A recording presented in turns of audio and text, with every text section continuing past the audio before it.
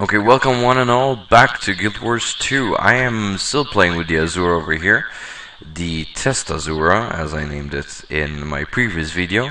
And today we'll be doing maps, where basically when you press M on your keyboard, the map will show up.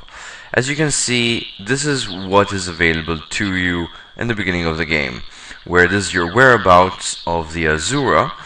And there's a couple of things to explain about the map. So the first thing you want to know is that we have a waypoint right here. This is where basically you start off. This is the Soren Dra waypoint, and as you can see, there is a small fee to teleport to this place, which is part of the currency. And the next thing you want to notice is this part right here, where this is the trading post, where you can sell, buy supplies along the way, and you can also repair your armor. So another waypoint, another important place to know is this weaponsmith right here.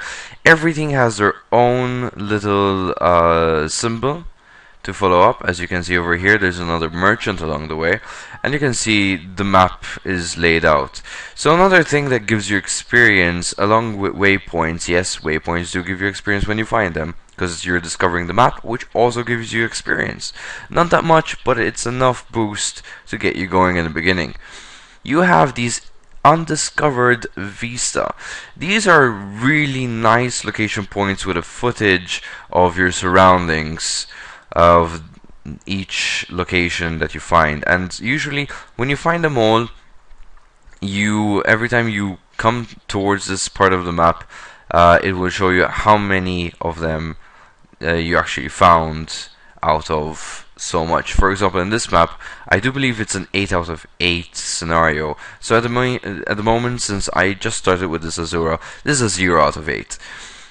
You have a couple of interesting points, such as this one, points of interest, where basically usually your storyline kind of happens in these places. They're marked with a square, and the minute you find them, they all get filled up. Now you might be wondering what the hearts are for. The hearts are there to help you out gain more experience, and each heart represents a new mission. Basically, each mission gives you experience points. As you can see, let's go on this one, the closest one. You have to be a level 2 at least minimum to actually complete this without any hassle. Moving to the next one, this you have to be level 3, and you keep getting them. That's another level 3.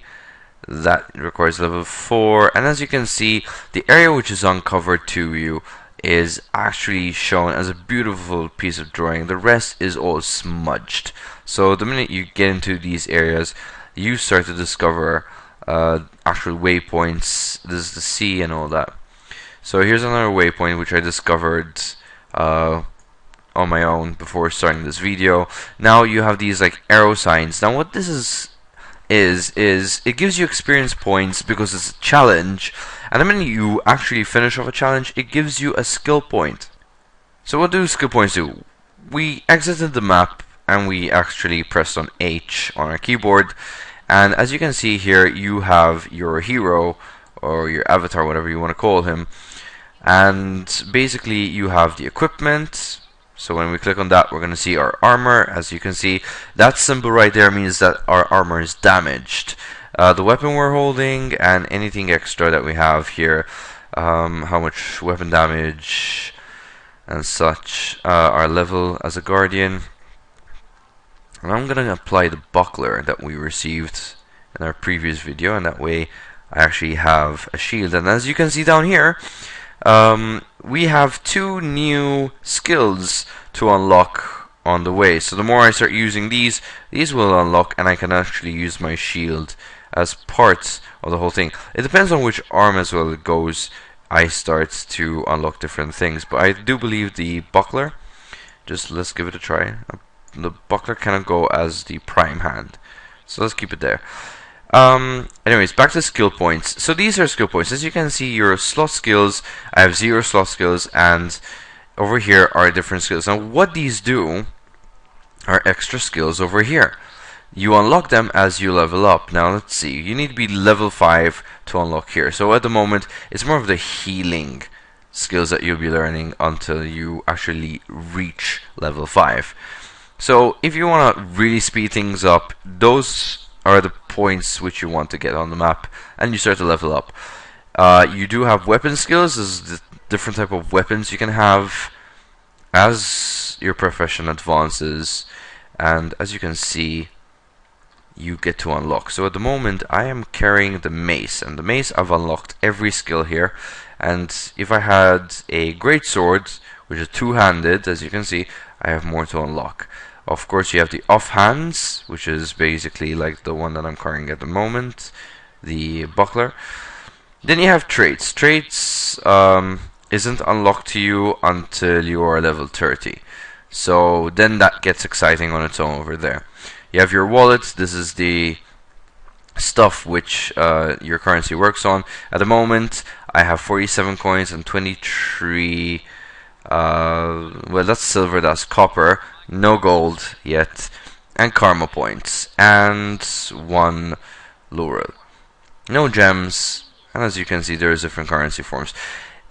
Each character that you have, unlike different games, share the same pockets basically of coins. So if I switch my character, it's gonna have the same amount of coins as this character.